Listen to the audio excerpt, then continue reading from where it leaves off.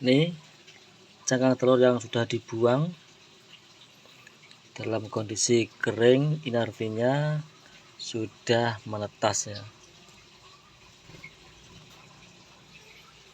Jadi kalau ada cangkang telur yang sudah dibuang, ini tandanya sudah menetas ya.